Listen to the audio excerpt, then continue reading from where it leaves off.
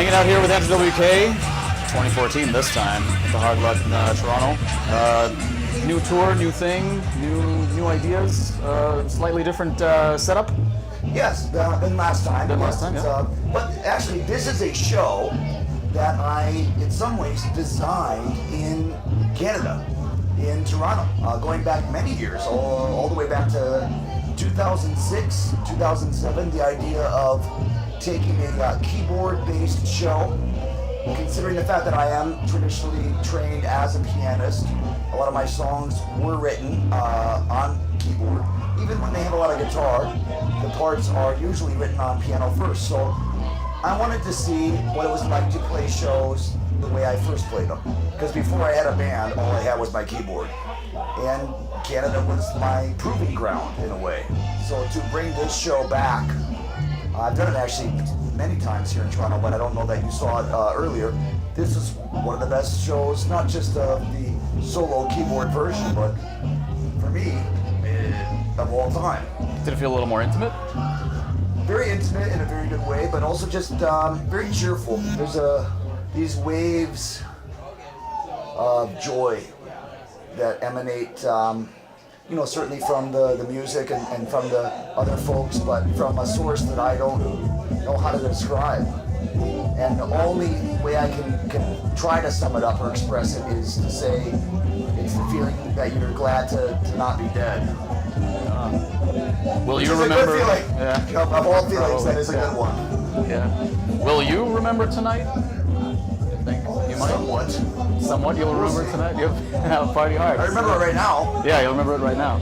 Well, it's been you've done a lot of stuff in the 2 years that we've since we last saw you in Toronto.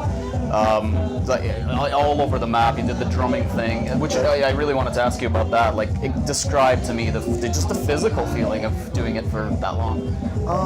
Well, I've stayed up a lot longer than 24 hours, so I wasn't worried about the sleep deprivation or just the physical exhaustion of being awake. Yeah. I've stayed up for, I don't know how long it is, maybe 3 days or something like that, 4 days, which isn't that much in the grand scheme of things. There's soldiers out there, for example, that'll stay awake or go on very little sleep for weeks and weeks and weeks. So that part is kind of the easiest thing. And then the drumming is very fun. So it's not like you're doing something that you don't like for 24 hours. I really like to play drums, so that is helpful.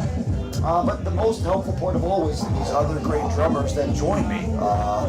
All-star, world-class, the best of the best drummers, whether it was Questlove from The Roots, whether it was Chad Smith from Red Hot Chili Peppers, whether it was Liberty DeVito, who played with Billy Joel for most of Billy Joel's career, one of the greatest drummers in my opinion, amongst many others, including Zach Hansen from the Hansen band, and many others, some better known and some lesser known. But to have someone there by your side playing along, that's energy, and that's what I think allowed me to keep doing it. If I had to do it all by my lonesome, I don't think I would have lasted more than maybe 23 hours tops.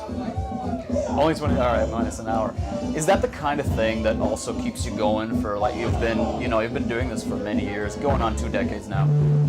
What keeps it going? What is the driving force behind it? Is it that kind of thing, or is there other elements to it? Like, what? How do you not drop and continue partying? I don't know. I actually don't.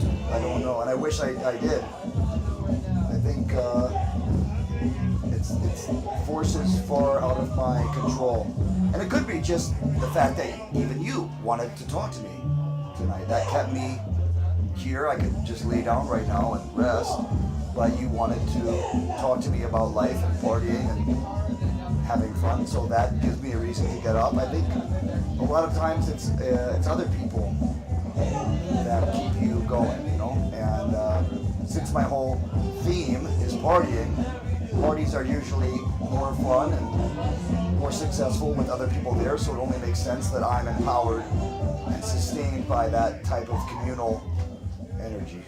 Yeah. Do you feel that there's too much partying? There's such a thing as too much partying? You mentioned Rob Ford on the stage there. What do you? I would How do never you feel judge about him or that? anyone else. He seems very intense. It's hard to even imagine what he thinks about anything, but I'm as intrigued as anyone else, and at the same time try to give him a lot of leeway just to do what he does. I'm not here to try to tell him what to do, with the assumption that he won't try to tell me what to do, and he didn't tonight. So I think we have a good agreement. Rob, you do your thing, you let me do my thing, and everything will be fine. All right. Well, as the party ambassador, do you have any kind of advice or even suggestions, and not just to him, to anybody who's trying to party, but to not overdo it, not do it in a harmful way, do it in a constructive way? What is you as a professional partier bestowed upon you with this authority? Thank you for looking to me for that kind of guidance. I am unfortunately I don't really have that type of insight into life.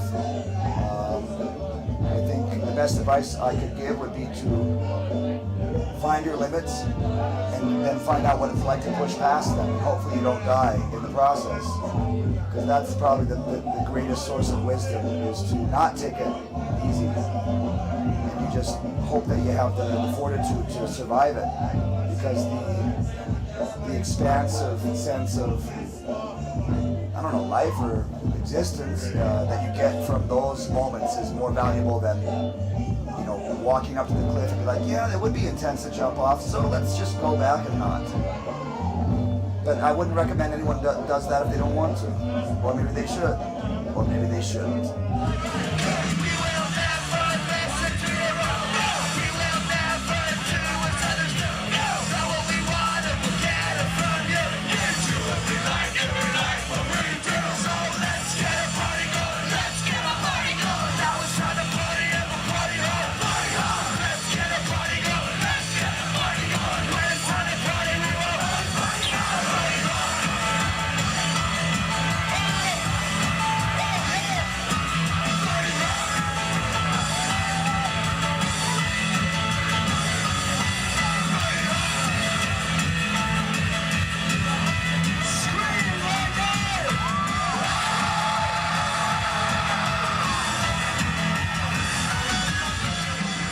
What is next for NWK? The band, the music, the person? We'll have more shows here in Canada. This is the first show of this. It's a very brief tour.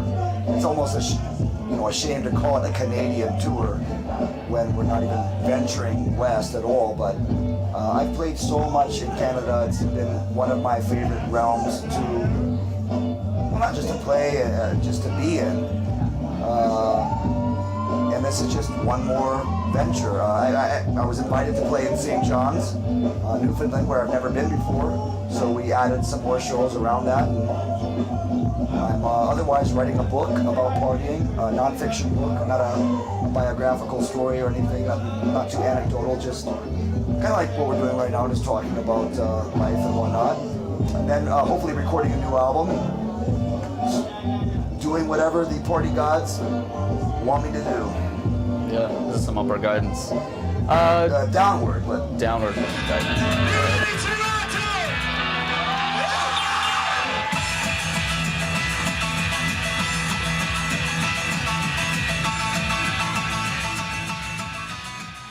To sum it up, your favorite kind of moment of the last little while?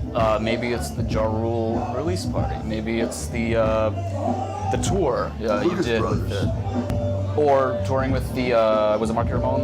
Yes. Or was it, visiting Bahrain? I don't know. What is your favorite? What's your favorite? I didn't end up visiting Bahrain. It was canceled by the U.S. Department of State. But all those, no one is more mystified and baffled by my life than I am. So I just try to continue on and work as hard as I can, and also have as much fun as I can. And there's one place that I try to seek balance. It's not in sort of day-to-day existence or wellness. It's more in being able to do things and then also realize that you did them. That's where I find balance. When I can blow my own mind. that's when I'm most excited. Well, thank you very much for talking to us today, Thank Andrew. you. Thank Hopefully, you for last time as well. Thanks for saying hello again. oh, my pleasure. Hopefully, in another 2 years, we'll see you again in Toronto. Hopefully less than that. Hopefully, less than that.